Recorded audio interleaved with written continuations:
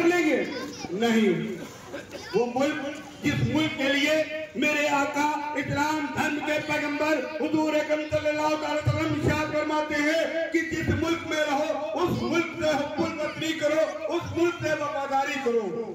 ये सुन्नत हो गई। मेरे आका का कौल यानी कि सुन्नत रसूल।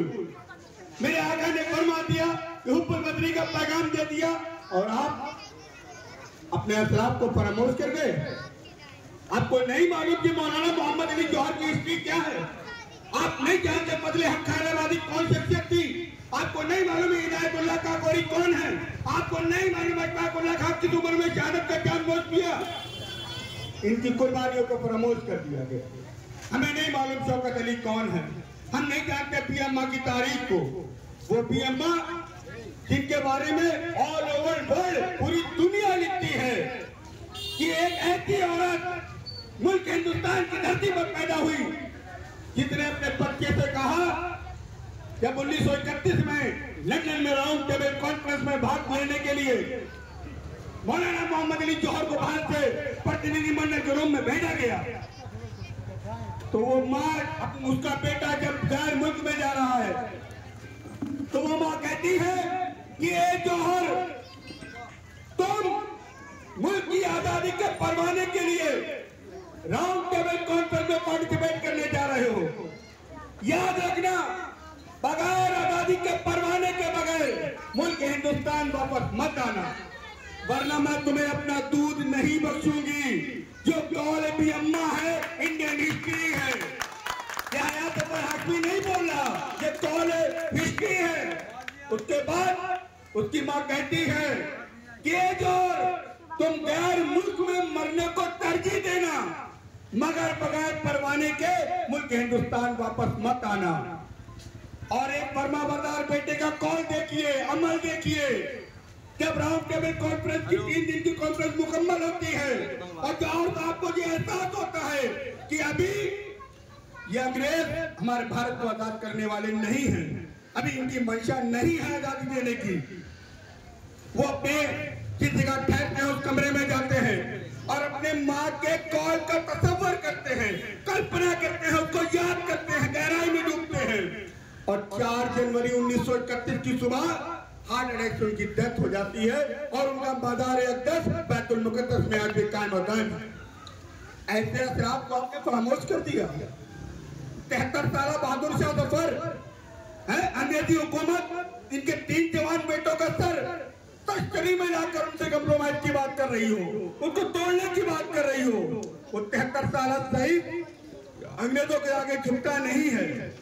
और आप कह देते हो कि ये सियासी मरहला है, ये सियासी लोग जाने, ये झंडा, ये राजनीति काम है, इससे हमारा कोई वाबस्तगी नहीं। बिल्कुल वाबस्तगी है, मुल्क में रहने बसने वाले हर शख्स से वाबस्तगी है। और हमारे असराफ की कुर्बानियां सिर्फ इस बुनियाद पे थी, आखिर बात कह के खत्म कर रहा हूं कि हमारे असराफ की कुर्बानियां सिर्फ इस बुनियाद पर थी कि कल को जब मुल्क हिंदुस्तान आजाद हो जाएगा और इस मुल्क में हमारी जनरेशन जब सांस लेगी तो ऐसा ना हो कि दूसरे मजहब के लोग हमारे नौजवानों से सवाल कर ले कि जब मुल्क की आजादी की लड़ाई चल रही थी तो तुम्हारे अकाबरीन कहाँ थे, तुम्हारे असलाफ कहाँ थे, तुम्हारे लोग कहाँ थे, उनकी हिस्सेदारी कहाँ थी, ये सवाल न कर दिया जाए।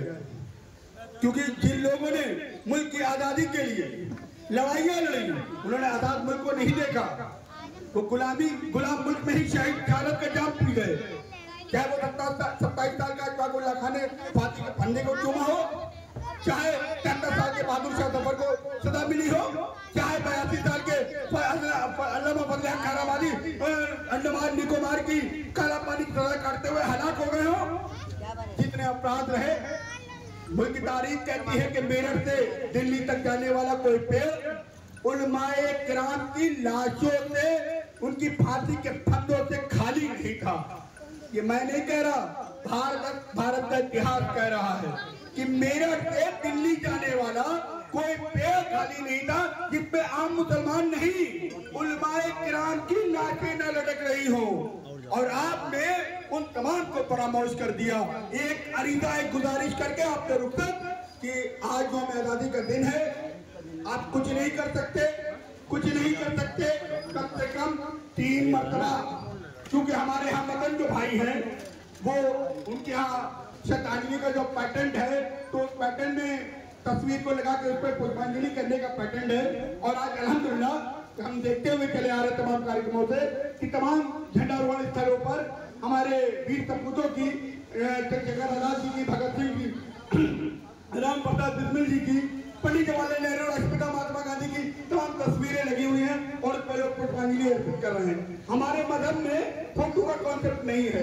तो मैं आपसे गुजारिश करके अपनी बात को खत्म कर रहा हूँ कि आज अभी नमाज जुमा में हम लोग जा रहे हैं, नमाज जुमा इंशाअल्लाह अदा करेंगे और उसके बाद 3 मरतबा सूरह इखलास शरीफ पढ़कर, यानी कुल्ला शरीफ पढ़कर अपने असरात को खिराक पेश कर दिएगा, उनको श्रद्धांजलि अर्पित कर दिएगा, कम से कम उनकी कुर्बानियों का फर्ज अदा कर दिएगा। इंसान परामर्श के पेरिस में मत आइए, उनके एहसानात को कम से कम कर चुकाने का काम कर दिएगा। शुक्रिया, जय हिंद, अल्लाह हाफ़िज़।